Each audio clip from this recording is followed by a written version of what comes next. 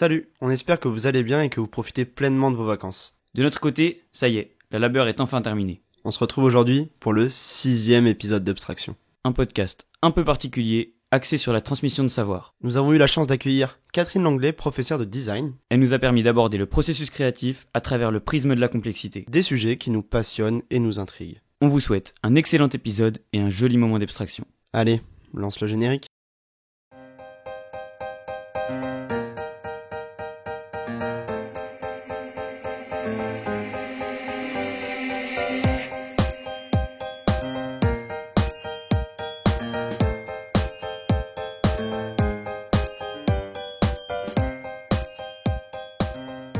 Salut à toutes et à tous, bienvenue dans l'Abstraction, le nouveau podcast de Quentin Potier Et de Baptiste Schilling. J'espère que vous allez bien.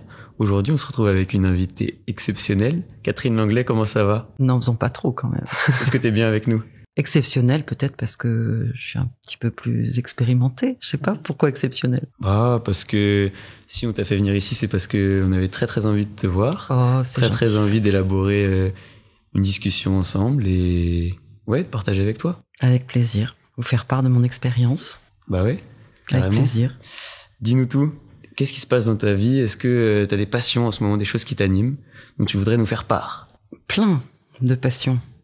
En fait, c'est des passions qui tournent autour d'une passion qui est vraiment la création.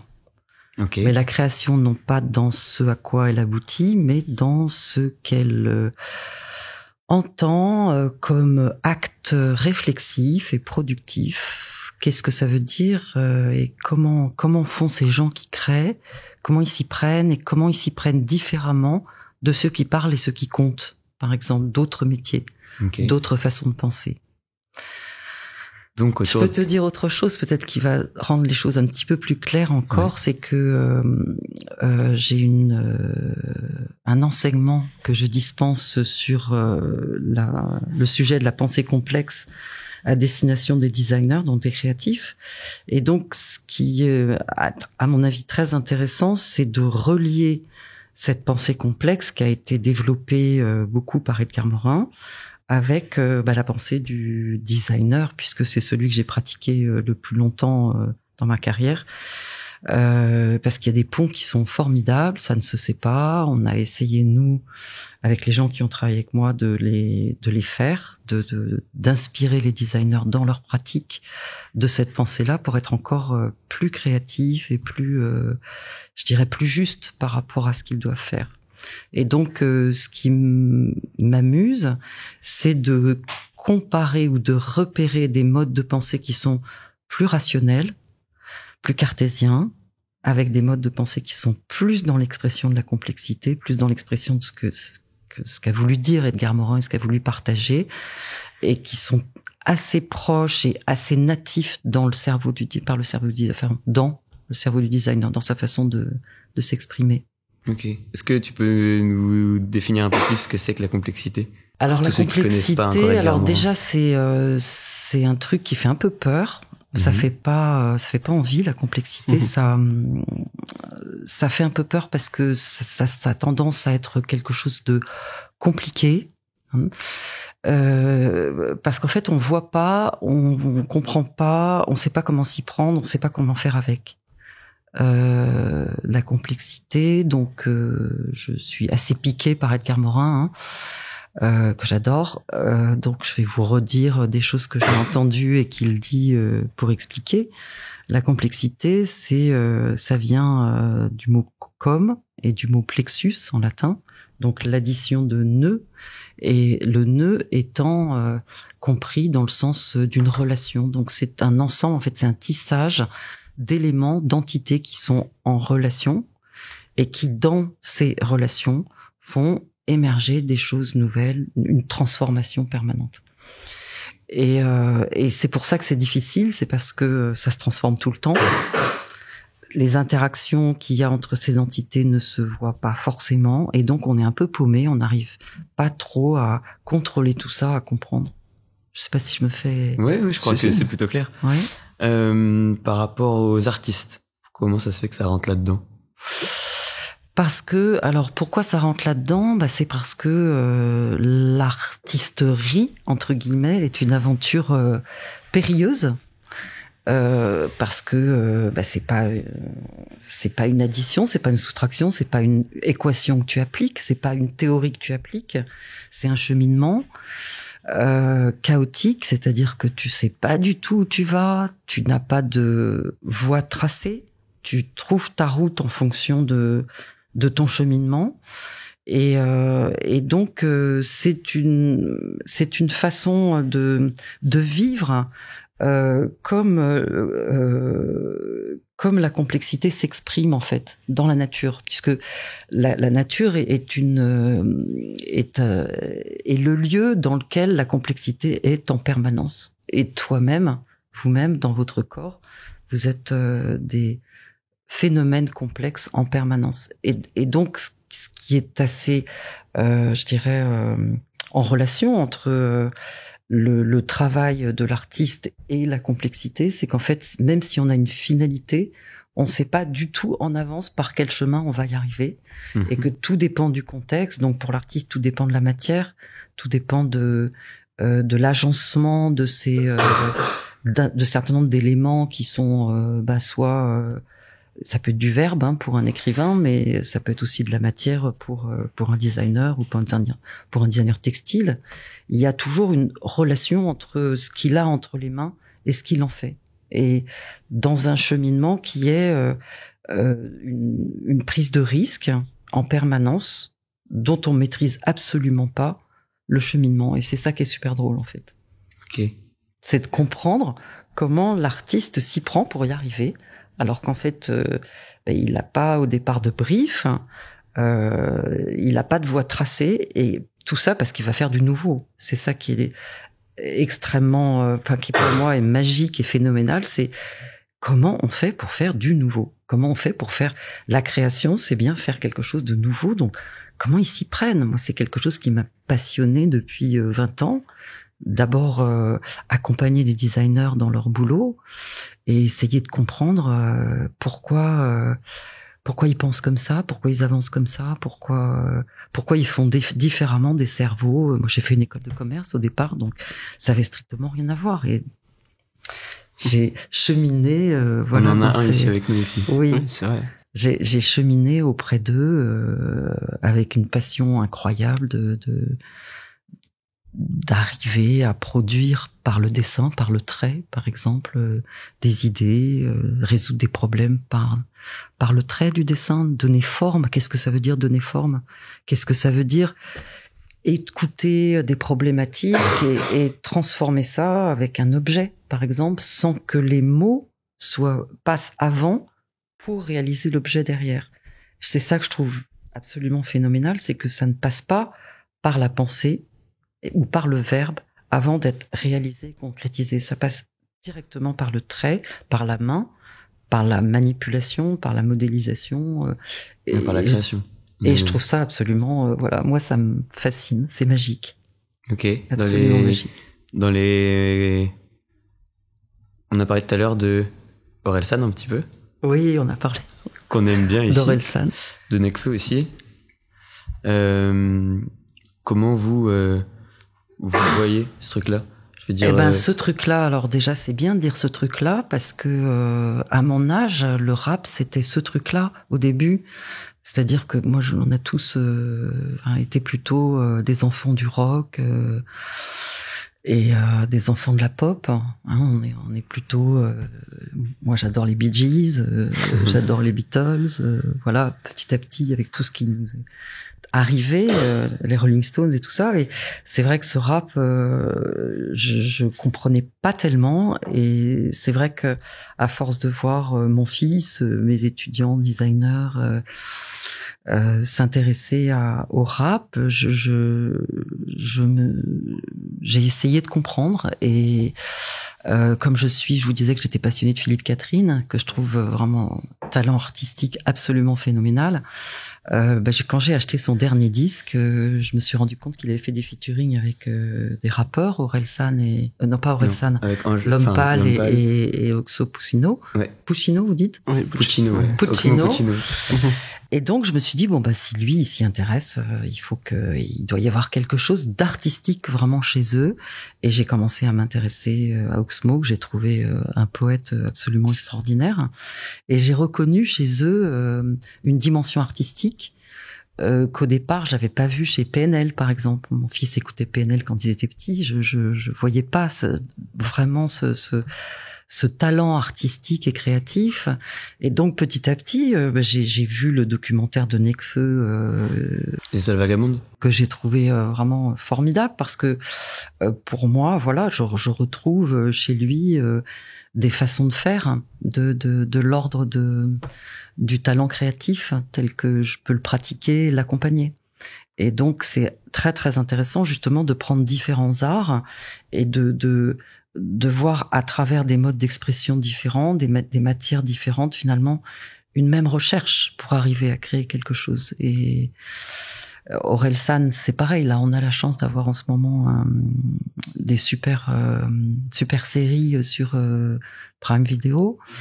Et je disais que je l'avais regardé 3 fois le week-end dernier, parce que ça m'intéresse de comprendre comment il s'y est pris et comment ils ont réussi petit à petit à monter ce projet créatif, mais de manière très itérative et sans finalement que tout soit décidé par avance et qu'on l'applique ensuite. Moi, je trouve que l'école, en fait, telle qu'on l'a vécue, nous a appris plutôt ça, c'est-à-dire à penser et à faire derrière. Et tous ces talents qu'on côtoie nous montrent une autre voie qui, à mon avis, est vraiment très importante à faire comprendre aux autres métiers et aux autres cerveaux. Voilà. Moi, je sais que ces documentaires, que ce soit celui d'Orelsan ou celui de Nekfeu, m'ont particulièrement touché. Je sais que le fait de savoir comment un artiste s'y prend, parce que moi, j'ai pas votre expérience là-dessus, le processus créatif, c'est quelque chose que j'appréhende au jour le jour, et le fait de le voir de mes propres yeux par des artistes que j'aimais déjà pleinement avant et dont j'étais déjà passionné, ça m'a vraiment touché. Il y avait une certaine sincérité, je trouvais, dans ces documentaires-là. L'artiste se livre vraiment durant tout à fait, ces projets-là, et c'est intéressant, parce que à ma connaissance, je connaissais très peu le processus créatif des autres rappeurs. Et je pense que c'est important, ça les met en valeur. Et le fait que ce soit du rap, est-ce que ça t'a permis d'accéder plus facilement à cette dimension artistique pour toi? Ouais, parce que j'aurais peut-être pas eu la même démarche, je pense, si ça avait été un autre genre musical ou un autre art. C'était très accessible, là. C'était ça qui était plaisant. Vraiment plaisant. Oui, et puis c'est quelque chose que partage, je veux dire, une bonne partie de notre génération quand même. Enfin, et pas que, hein. Je veux dire, il y a plein de gens qui écoutent du rap en dehors de nous. Je sais bien. C'est pas la première maintenant, du coup. Mais oui, évidemment que, comme c'est partagé par beaucoup, on a l'occasion d'en parler, de discuter autour de ça. Je pense que c'est quelque chose qui regroupe beaucoup aussi.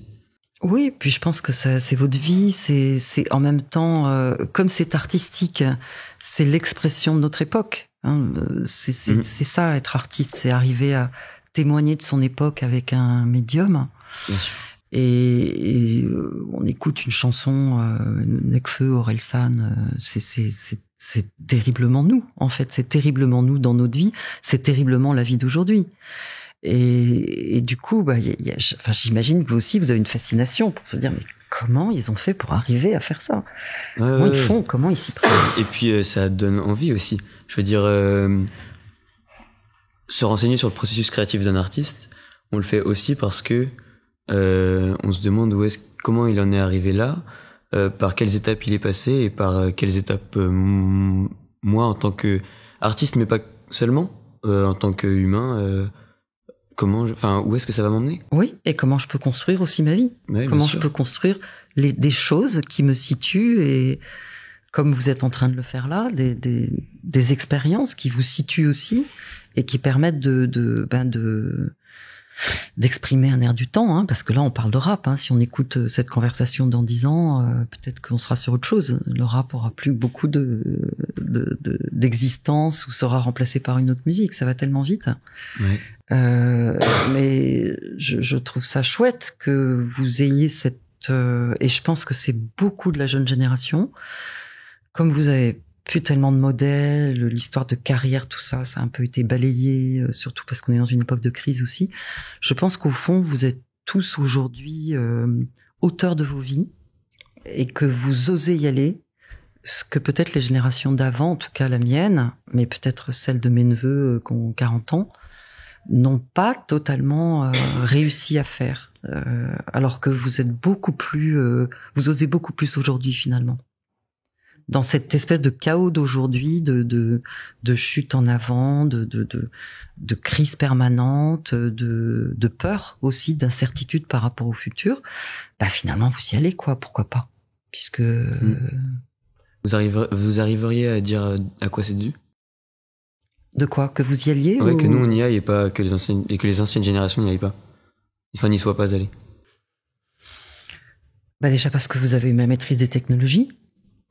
Et que c'est pas très difficile là, de faire ce qu'on est en train de faire aujourd'hui. Ça l'était beaucoup plus il y a 40 ans, même il y a 20 ans, même depuis que la vidéo arrive à Internet, il y a 15 ans à peu près, je pense, oui, l'arrivée d'Internet sur le truc. Donc c'est beaucoup plus facile. Et surtout, je pense que vous êtes beaucoup plus en proche de gens qui produisent du contenu et qui produisent des podcasts, des podcasts peut-être pas, mais en tout cas qui font des blogs, qui font des Instagram, qui font des pages Facebook. Non, vous c'est pas trop Facebook, mais c'est sur Snapchat, mais Instagram, oui, à fond. Vous avez fait tous vos pages Instagram, et donc on est tous des faiseurs aujourd'hui, beaucoup plus qu'avant. Et du coup, vous avez finalement cette prise de risque peut-être plus facile que ne l'avaient nos générations. Vraiment, nous, il suffit même de faire une page sur Facebook, ça nous fait plus peur. Enfin, je dis ça nous faisait parce que ça fait déjà longtemps qu'on l'a faite, mais émerger, exister par nous-mêmes, être un peu, auto-centré dans le fait que finalement on va révéler quelque chose de soi aux autres, mais aussi on va développer une image. C'est super dur, vachement plus dur que pour vous, je pense. Vous avez été habitué beaucoup plus vite à vous exprimer. Tu disais, Quentin, que tu avais pas mal de mal à te sentir artiste et donc à te sentir proche de ces thématiques, justement dans ici, enfin dans le monde dans lequel on vit, c'est-à-dire où, comme le dit Catherine, il y a beaucoup plus de créateurs et que même toi, sur Instagram, tu crées, etc. Là, en l'occurrence, je veux dire, t'es artiste, si on peut dire, dans ce projet-là, où on crée ce qui se passe, le podcast, etc. Est-ce que ça fait écho à tout ce que Catherine dit par rapport à ça? Ouais, bien sûr que ça fait écho, mais je pense que c'est vraiment purement personnel là-dessus. Je pense juste que j'ai eu la chance, avec mes parents, de visiter beaucoup de musées, d'avoir un rapport aux artistes. Comment dire, c'était quelque chose de particulier. Tout le monde n'était pas artiste, tout le monde n'avait pas cette chance-là. C'est-à-dire que on admirait ce monde-là, mais jamais il a été question chez mes parents de devenir artiste. C'est pas une évidence du tout. Et du coup, rien que par rapport à ce rapport-là, je considère pas qu'en faisant ce podcast-là, je me considère artiste. Et ni même quand je fais un petit montage vidéo sur Instagram, que je me considère artiste. Bien sûr, mais se considérer artiste, c'est avoir une identité, à mon avis, confirmée par les autres. C'est-à-dire, c'est un adoubement d'être artiste, il me semble. Par contre, tu crées. Tu vas créer le montage. C'est toi qui vas le créer. Enfin, c'est vous qui allez le créer. C'est-à-dire, le choix des séquences, c'est vous qui allez le faire. Donc, c'est un acte créatif.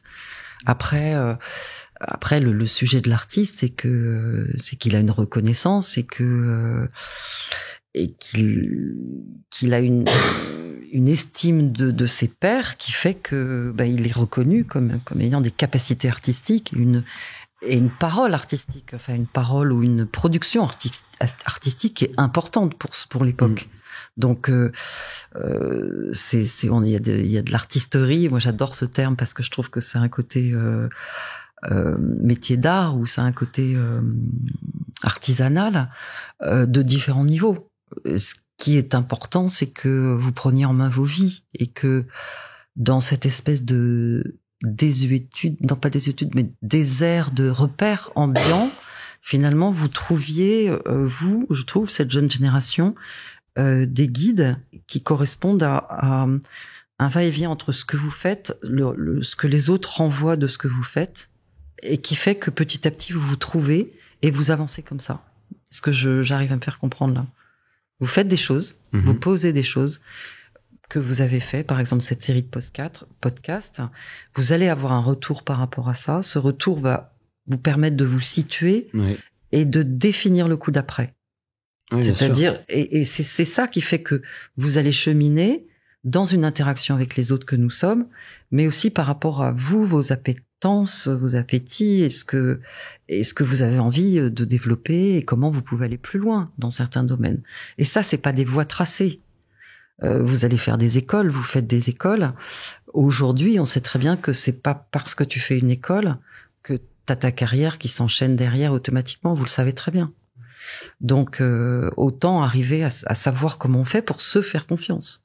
Mais c'est vraiment ce que j'ai découvert avec les designers, c'est que au fond, chaque projet est l'occasion de sortir quelque chose de soi de très personnel, et que il faut oser, et que on ose parce que le coup d'avant nous a permis d'aller un petit peu plus loin et d'oser être encore plus nous-mêmes dans ce à quoi on croit et ce qu'on manipule comme matière et ce qu'on produit de nouveau, toujours pareil. Hein. Et je pense qu'on construit sa vie de la même manière.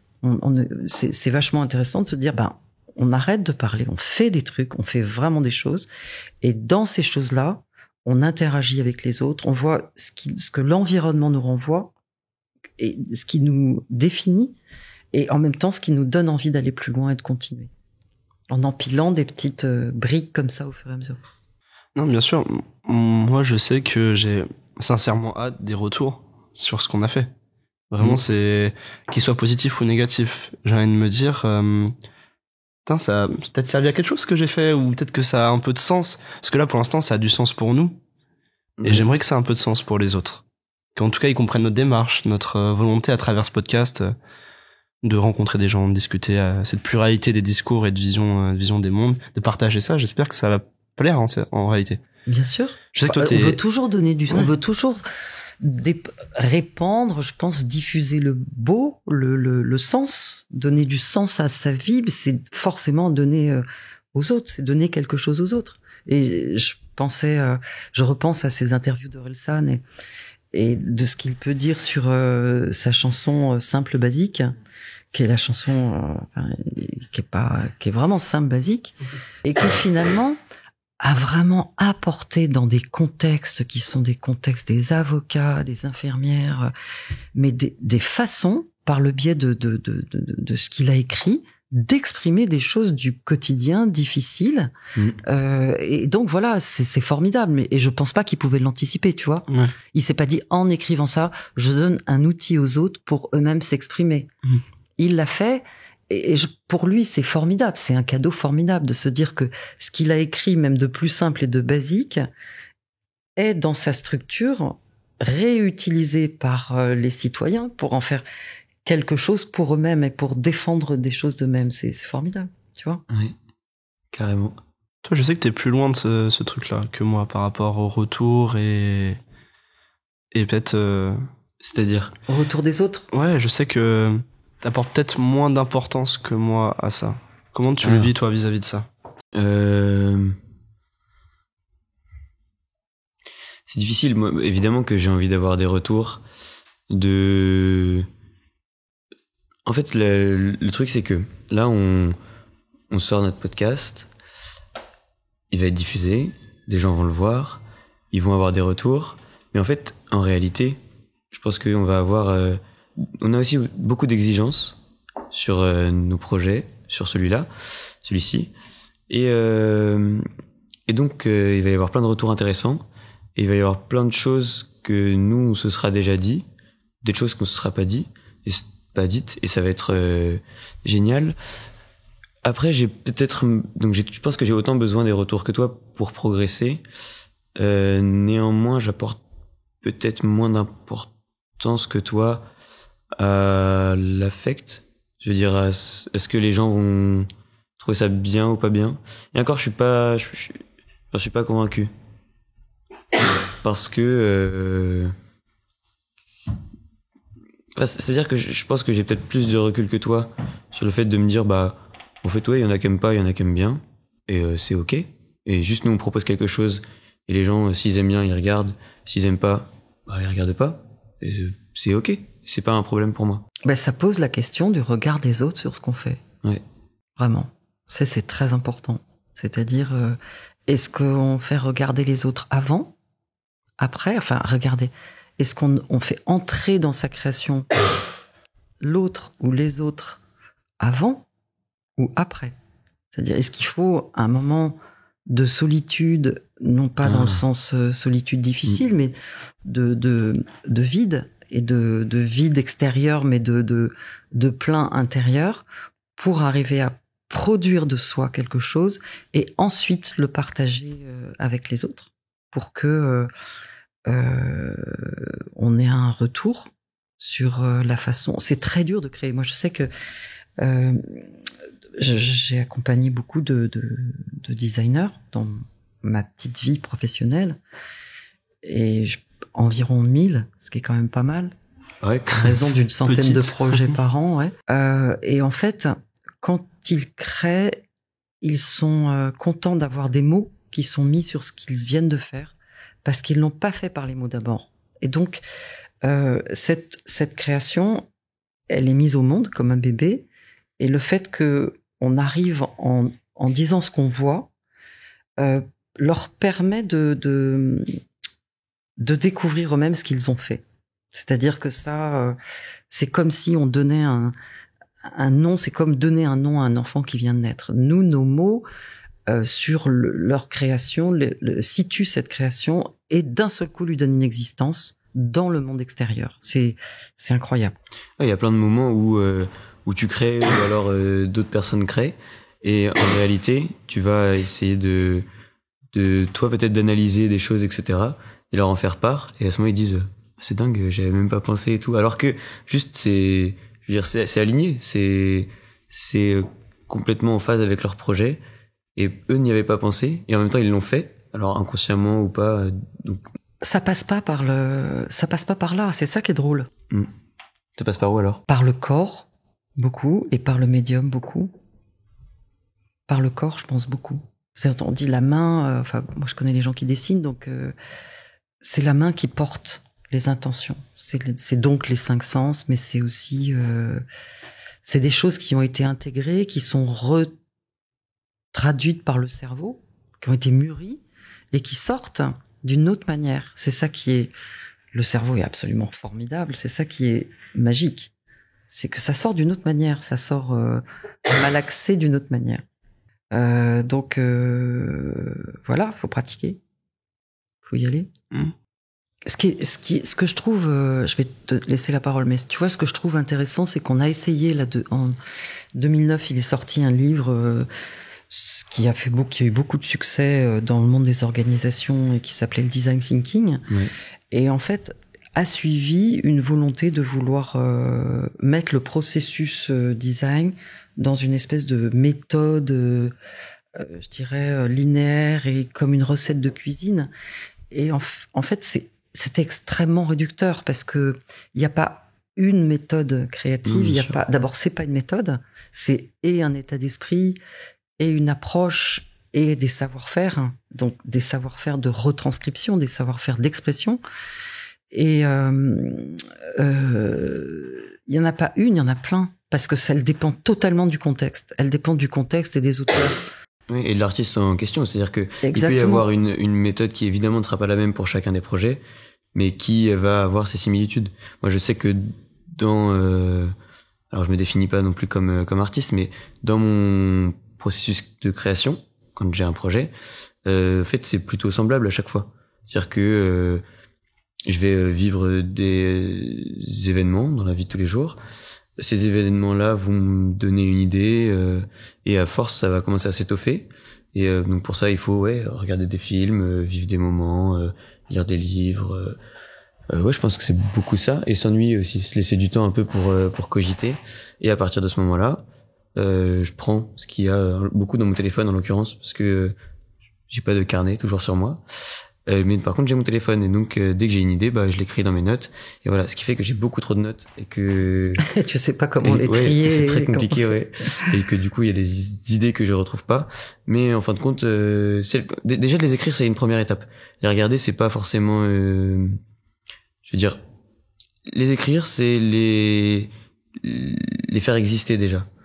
Et c'est aussi bien sûr, permettre de s'en rappeler. Bien sûr. Et en fait, les idées en tout cas, ça marche pour moi. Hein. Peut-être que y a des gens qui n'ont pas ce même rapport que moi. Mais celles que j'écris et dont je me souviens pas, ou qui refont pas surface lors de l'écriture plus approfondie du projet, en général, c'est qu'elles étaient pas hyper pertinentes. Là, t'es en train de me brosser un portrait de toi où tu vas être un créatif. Ah, peut-être, on verra. J'espère. Pour revenir sur ce que tu disais par rapport à la méthode de création, moi je suis en école de commerce du coup. Ah bah oui. Et j'ai eu droit au premier semestre à des cours de créativité qui parlaient évidemment de cette méthode-là et de façon de créer, de pousser les gens à créer avec différentes techniques dont je me souviens plus très bien pour être honnête. Et c'est drôle parce que il y avait deux réactions quand je constatais les étudiants autour de moi, il y avait deux réactions majeures à ça. Il y avait ceux qui étaient vraiment dans le déni en mode ça sert à rien ce qu'on fait, c'est useless, c'est un cours bullshit. Et il y en a d'autres qui étaient un peu intrigués et ils ont vu ça comme un jeu. Donc je suis d'accord avec toi sur le fait que je pense que c'est très personnel le processus créatif, vraiment très personnel. Mais je pense que le fait d'avoir donné cette voie, peut-être cette méthode-là, ça peut pousser les gens justement à créer plus. Je sais pas si d'ailleurs auparavant il y a déjà eu des cours de création en école de commerce avant les 10 dernières années. Peut-être que ça prend une place plus importante maintenant. Alors oui, alors il y a plein de choses dans ce que tu dis. Les cours de créativité, depuis que, l'ingénierie, d'une manière générale, dirige l'avancée du monde dans cette idée de progrès, c'est-à-dire plus on va améliorer la technicité, plus on va découvrir des nouveaux procédés, plus on va forcément rendre l'homme plus heureux. C'était l'approche du progrès qu'on est en train de remettre en cause qui est déjà remise en cause aujourd'hui. À ce moment-là, les méthodes de créativité permettaient à des cerveaux extrêmement carrés et contrôlés de penser out of the box, c'est-à-dire de compenser cette espèce d'esprit très cartésien par des approches un peu plus fluides et plus agiles, de manière à ce qu'il soit quand même dans la projection et pas que dans la résolution d'un problème de manière très concrète et très, je dirais, technique. Donc oui, les séances de créativité, ça existait à côté du marketing ou dans des modules de marketing. Mais il se passe autre chose aujourd'hui qui fait que ce n'est plus les cerveaux des ingénieurs qui dirigent les entreprises, pour retourner dans les sciences de gestion des organisations, parce que j'en sais rien et j'ai pas envie de parler de ça, mais je pense qu'on est obligé aujourd'hui, en tout cas ce dont je peux témoigner, c'est qu'on vient chercher le design beaucoup plus qu'avant. On peut avoir un point de vue sur la raison pour laquelle on vient le chercher, mais que les designers historiques, entre guillemets, ceux qui ont pignon sur rue et qui sont identifiés par les autres et par leurs pairs comme étant les plus grands designers, ne se reconnaissent absolument pas dans leur façon de penser, dans la notion des cours de créativité et des cours de design thinking. Donc on a l'impression que c'est deux mondes qui ont un recul, une vision d'un même phénomène qui est d'être créatif et de créer, mais pas de la même manière. Ils ont un point de vue totalement différent sur le sujet. Et pour les designers, puisque c'est des personnes dont je pense que je peux un petit peu parler, le sujet n'est pas d'être créatif, mais le sujet est d'arriver à concrétiser quelque chose de tangible. C'est totalement différent. C'est-à-dire que on s'attend à ce que les autres métiers s'attendent à ce que ces métiers-là soient des métiers d'idées, Alors que l'idée fait partie d'un champ des possibles, mais que une fois qu'on a cette idée-là, le travail le plus dur, c'est de la faire exister. Donc, tu vois, on pourrait dire chacun voit midi à sa porte par rapport à la création. Et on a beaucoup de mal à se faire comprendre. Notamment moi, alors là c'est ma conviction, parce que ce cerveau de la création est pas du tout un cerveau appréhendé à l'école secondaire par exemple ou l'école primaire, et que donc on a l'impression que la seule façon de penser c'est la façon qu'on nous a appris en cours, quoi, tu vois. Mais du coup, est-ce que pour toi, on peut devenir créateur sans même parler forcément d'artiste, ou est-ce on est créateur? On le naît. Est-ce qu'on Alors, je pense qu'on le naît. Oui. Je pense que Tu penses qu'on n'est pas tous, justement? Je pense qu'il y a une nature artistique qui est quand même, une âme d'artiste. Ça, c'est quelque chose qui est peut-être facile à dire, j'en sais rien, mais en tout cas, il y a une âme artiste et que tu peux repérer très tôt chez des enfants. Et bien sûr, moi, j'ai beaucoup d'étudiants qui, finalement, avaient pas un talent natif fou ou une sensibilité à ça, vraiment, et qui, par le travail, ont réussi à produire des projets de qualité. Donc, les deux, j'ai envie de te dire les deux. Mais moi, je sais voir, il me semble, chez un enfant de 3 ou 4 ans, s'il faut qu'il aille faire du design derrière. Et j'ai maintenant la chance d'avoir des enfants de mes amis qui sont dans les écoles dans lesquelles j'interviens, parce que il m'a semblé que il fallait qu'ils y aillent, quoi. Ils avaient tout pour avoir une âme de designer et mais voilà. Tu penses que c'est naturel, ou tu penses pas plutôt que c'est parce qu'ils ont Je baigné crois que dans c'est ce un truc-là? appétit. Non, je pense que c'est un naturel. appétit, c'est une relation au monde. C'est-à-dire que les enfants qui sont observateurs nativement sont observateurs. Et vous avez des gamins qui passent leur temps à bricoler, à démonter les jouets. Ils jouent pas avec, ils les démontent. Bon, ça, c'est des cerveaux de designers potentiels. Alors, on va peut-être me dire, ça peut être plein d'autres métiers. Oui, mais moi, je connais un métier. Donc, je vois par rapport au métier que je connais. C'est des formes de pensée. Et c'est des formes, on peut peut-être pas dire de pensée par rapport à des enfants, mais c'est des formes d'être au monde. Okay. De rapport au monde. De manière d'exister.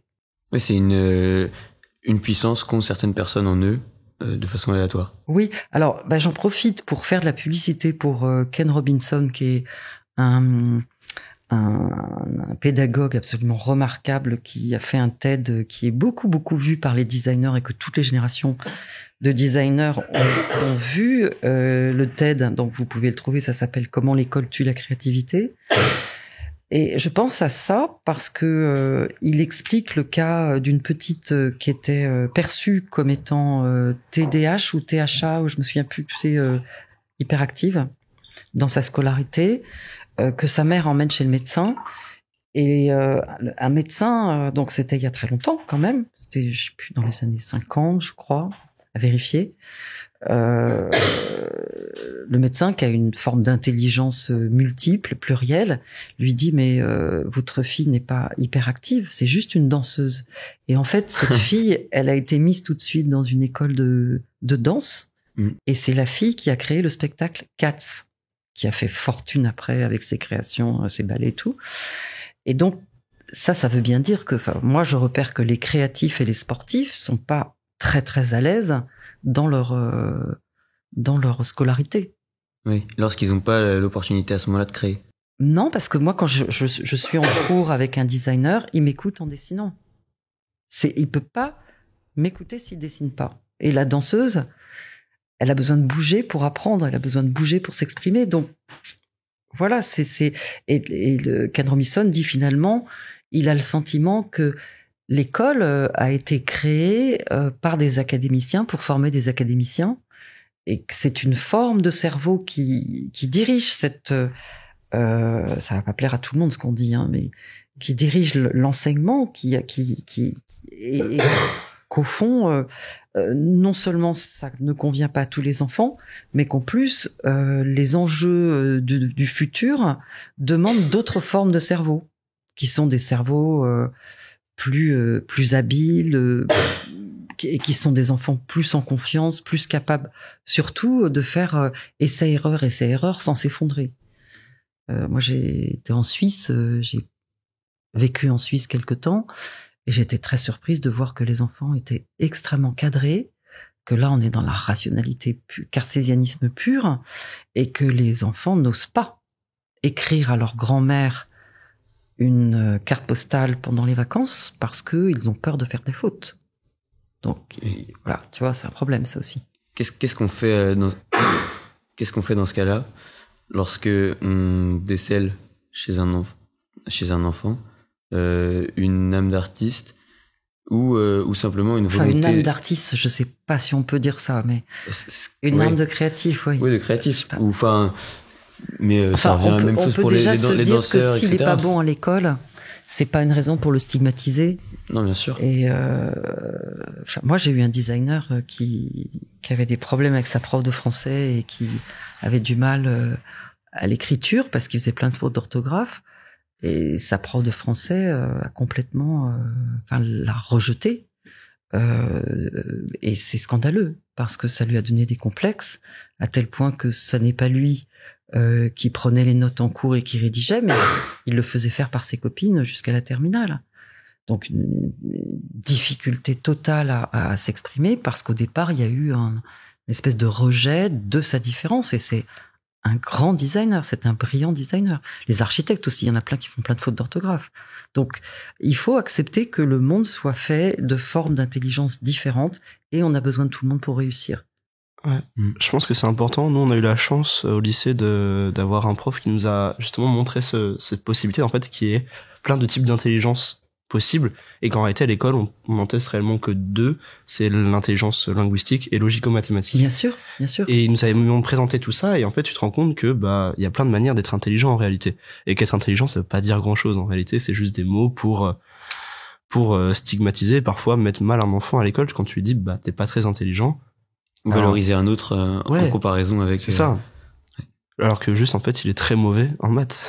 Et c'est pas grave. Et c'est ok. Oui, ou qu'il n'a pas le sens. Moi, j'avais lu que les cerveaux gauches, donc ce sont des cerveaux qui sont à l'aise avec l'abstraction, donc à l'aise avec le verbe, à l'aise avec le chiffre, etc. Sont des cerveaux, je me souviens plus des références, mais qui n'avaient pas besoin de savoir pourquoi on apprenait ce qu'on était en train d'apprendre. Vous faites ça à un designer, il écoute rien. C'est un homme de projet, il est beaucoup plus à l'aise dans l'école nouvelle. Je fais pas de généralité, bien sûr, mais il a besoin de savoir pourquoi il apprend. Et s'il sait pourquoi il apprend, il va être extrêmement, je dirais, concentré et passionné par ce il apprend, mais ça va être au service d'un projet. Ça veut dire qu'il faut que ça soit constructiviste, il faut que ça construise quelque chose derrière. Le savoir pour le savoir, c'est pas son truc. J'ai eu ce truc-là au lycée beaucoup. Enfin, au collège, n'en parlons pas, mais je veux dire, au lycée, il y avait cette idée-là, pour moi, que certains cours m'apportaient pas grand-chose, mais peut-être parce que aussi on m'a pas montré ce qu'ils pouvaient m'apporter. Et donc ces cours-là, c'était impossible de les suivre, alors que les cours de philo, certains cours d'art, etc., étaient, mais pas que, je veux dire, même en physique par exemple, j'arrivais à trouver un objectif à ça. Et donc c'était des cours que j'aimais suivre et qui me plaisaient et dans lesquels j'étais Oui, parce que ça avait du sens. Oui. En fait, ça avait du sens, et que ça te rendait une vision du monde qui était plus nourrie finalement. Tu comprenais mieux comment le monde fonctionnait. Non, la nécessité de sens, moi je l'ai beaucoup ressenti aussi, et pourtant j'étais en S, donc au niveau, en S t'étudies quand même les nombres imaginaires, c'est quand même très parlant, et je sais qu'il y a eu un moment où j'ai commencé j'étais pas forcément mauvais, j'arrivais à jouer parce que c'est beaucoup de méthodes et de pratiques, et si t'as compris la méthode, tu peux l'appliquer.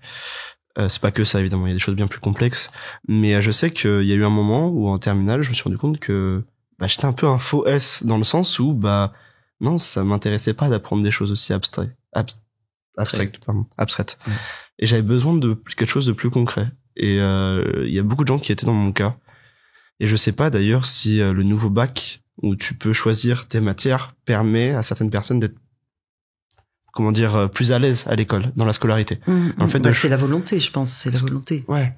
D'arrêter de mettre les gens dans des cases. C'est ça aussi, c'est la complexité.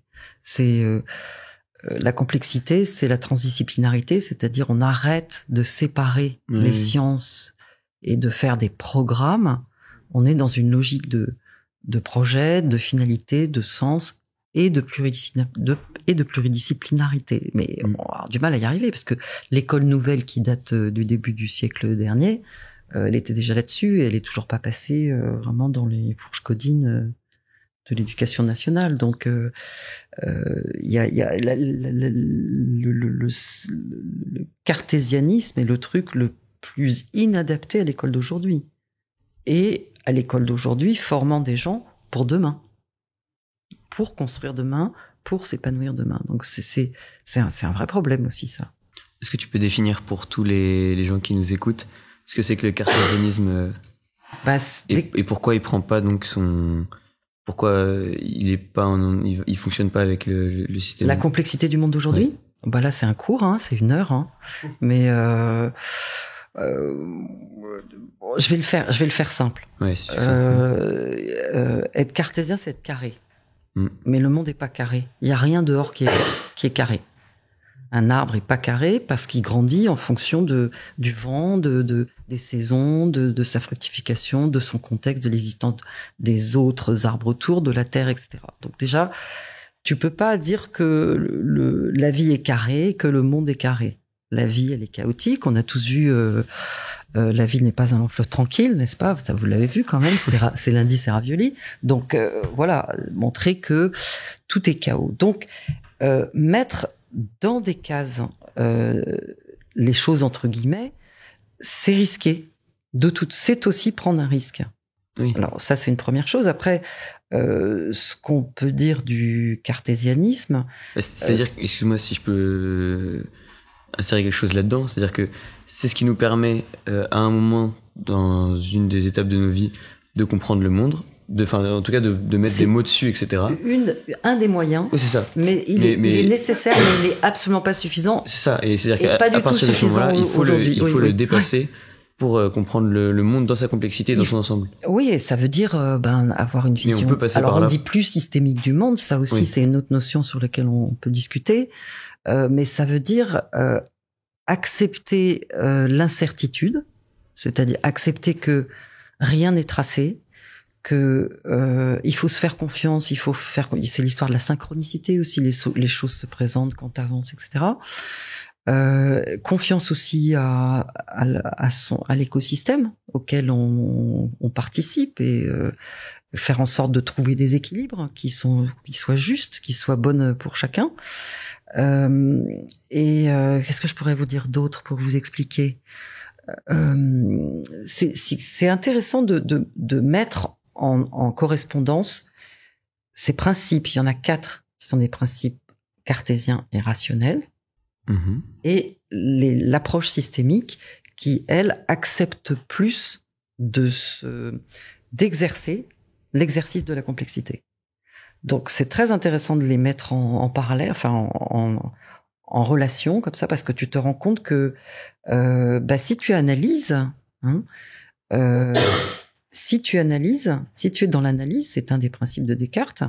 Si tu analyses, si tu es dans l'analyse, si tu décortiques tout pour pouvoir bien analyser un problème, tu perds la vision d'ensemble. Et en perdant la vision d'ensemble, tu perds des niveaux d'échelle de complexité qui sont énormes. Si tu regardes, et étant donné que t'es pas l'effet Google Earth, quoi. Étant donné que t'es pas capable de tout analyser, a priori, tu vas te borner à ne pas pouvoir comprendre le monde dans son ensemble. Oui, tu vas petit à petit tracer ta route sur ce qui fait sens pour toi. Et donc ça exclut beaucoup de possibilités aussi, non? Est-ce que ça empêche pas un peu une ouverture d'esprit et la possibilité d'autres discours? En design, alors nous nos références, c'est de dire que quand on avance, on passe son temps à ouvrir et à refermer, à ouvrir et à refermer. C'est-à-dire, on s'ouvre au monde, on s'ouvre à un sujet et on fait des choix. On referme parce qu'on fait des choix. Et pour moi, c'est une belle philosophie de vie, ça. C'est-à-dire que je m'ouvre au monde, je me force à m'ouvrir à des sciences, à des sciences, voilà, tout ce qu'on peut apprendre à l'école. Et à un moment donné, je me situe par rapport à ça pour en faire quelque chose. Et ça, c'est la démarche du designer. C'est-à-dire qu'il passe son temps à générer une matière, à la structurer et à choisir.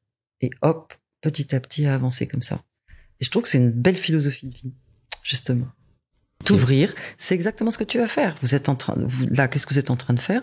Vous rencontrez plein de monde et on échange avec des gens très différents. On va voir ce qui ressort de tout ça. Ce qui ressort de tout ça, ça s'appelle l'émergence. C'est le fait que 1 + 1 égale 3, c'est-à-dire que l'addition de nos interactions ensemble va créer quelque chose, forcément, de nouveau peut-être pour chacun, et pour nous tous, et pour ceux qui vont écouter, mais on ne sait pas encore. C'est ça la théorie de l'émergence. Et ça, c'est une approche beaucoup plus moderne parce que beaucoup plus moderne, et je dirais juste par rapport au monde d'aujourd'hui. 1 + 1 égale 3 parce que on est toujours la personne, l'autre, et l'idée qui a été créée à partir de cet échange-là? Oui. Oui, l'idée qui a été, l'idée, pas forcément l'idée. Alors, il y a l'idée, parce qu'on dit que dans un brainstorming, c'est vachement intéressant, ça, quand tu fais un brainstorming que t'es 8, il dure une demi-heure. Les idées qui sont produites et qui sortent, par exemple, par ta bouche, on ne peut pas t'attribuer cette idée-là. Elle est le fruit de l'intelligence collective entre nous tous. Donc, d'une certaine manière, oui. C'est faire émerger, c'est quelque chose qui émerge d'une interaction, d'une interdépendance, d'une relation entre nous. Et qu'est-ce que ça pourrait être autre que ça alors? Ça peut être un bébé, hein. Tu mets un homme et une femme dans une chambre pendant 1 mois, voilà, ça fait des bébés par exemple, tu vois. Ça peut être, tu regardes la nature, toute la nature est faite comme ça. La notion d'émergence, elle est liée, ça peut être la mousse de la bière, ça peut être l'eau quand tu mélanges H2O, molécules d'hydrogène, 2 molécules d'eau, H2O, 2 molécules d'eau, hydrogène, oxygène, 2 molécules d'oxygène qui font de l'eau. Voilà, donc l'interaction, c'est le cœur du vivant, le cœur du monde. Et ça, c'est pas un truc on n'a pas appris ça à l'école, t'es d'accord? Non, jamais. Voilà. Donc c'est dommage, il faut faire la révolution pour qu'il y ait de la systémique dans les écoles, absolument. Donc moi je suis une admiratrice du travail qu'a fait Edgar Morin, parce que il s'est vraiment à mon avis confronté à un monde scientifique très rationnel, et que il a écrit quand même 6 bouquins sur le sujet, sur sa méthode en complexité, et que il tire les fruits de son travail aujourd'hui. C'est une star aujourd'hui, Edgar Morin. Tout le monde se l'arrache. C'est un produit en fait. C'est dur, c'est ce qu'il dit, hein. Tu sais, parce qu'on en avait discuté. Il apprécie pas forcément cette situation, mais on dirait, les jeunes diraient, il est bankable. Voilà. Et il est sollicité de parce partout. que sa pensée correspond vraiment à la complexité du monde, complexité du développement durable nécessaire, équilibré logique économique, sociale ou sociétale et environnementale. Donc ça, c'est une grosse complexité des technologies, hein, de nos vies digitalisées, qui est effectivement importante. Complexité géopolitique, parce qu'avant nos frontières étaient bien fermées, on sait que c'est terminé. Donc là, je veux dire, un des présidents fait quelque chose dans un pays, forcément, c'est l'effet papillon. Vous avez sans doute entendu parler en allant voir le film ou les films, non? Oui, l'effet papillon, oui. J'ai pas étudié vu. ça. En école de commerce, d'ailleurs. Effet papillon. Oui, c'est un rapport avec la théorie du chaos. Voilà. Oui, bien sûr. Théorie du chaos, qui fait qu'en fait, tout ce qu'on fait là, ça agite des choses qui vont faire émerger du nouveau. Oui. Pour nous tous et pour chacun. Et des choses absolument imprédictibles. Imprédictibles. C'est pour ça, tu vois, que on dit, adopter ce genre de raisonnement, c'est accepter l'imprédictibilité, accepter l'incertitude, mais aussi l'irréversibilité. C'est-à-dire qu'une fois que l'enfant est en train de se construire dans le ventre de la maman, tu peux pas dire, ah ben non, j'en veux pas. Hein. Tu peux pas dire, ah ben j'en veux pas, je tire le truc, je veux pas l'acheter, l'enfant. On est tellement dans le monde de la consommation que on est dans, on le veut, on le prend, on n'en veut plus, on le jette. Ce qui se passe pour les animaux qui sont abandonnés, etc. Mais dans le monde, non, un arbre, il est là, il va pas mourir tout de suite, il est vraiment là quand il est planté. Je prends souvent l'exemple de l'arbre parce que c'est tellement des référents de nous tous que c'est facile à comprendre, quoi. Tu vois là que je suis passionnée. Oui, carrément. Ça fait plaisir. Ça se sent, ça fait plaisir, ouais.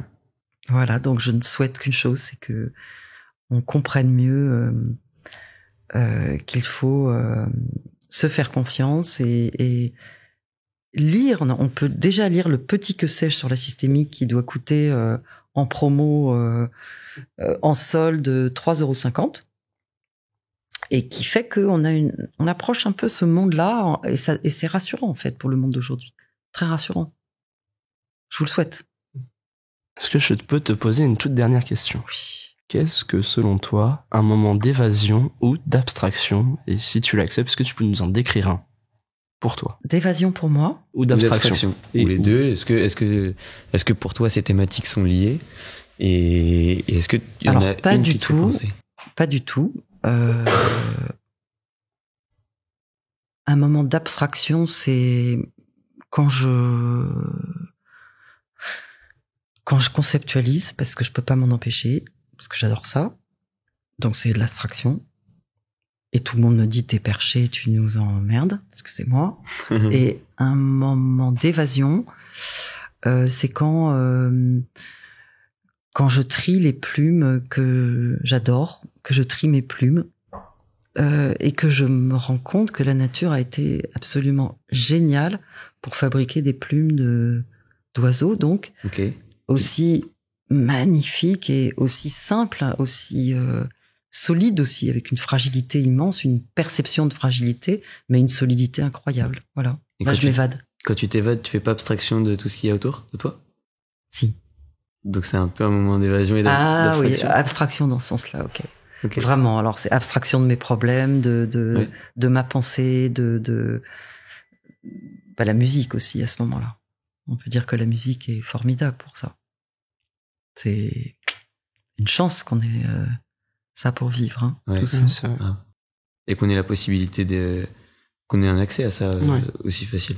Je pense que la plus belle des évasions, c'est d'aller là où les mots, pour moi, d'aller là où les mots ne peuvent plus aller.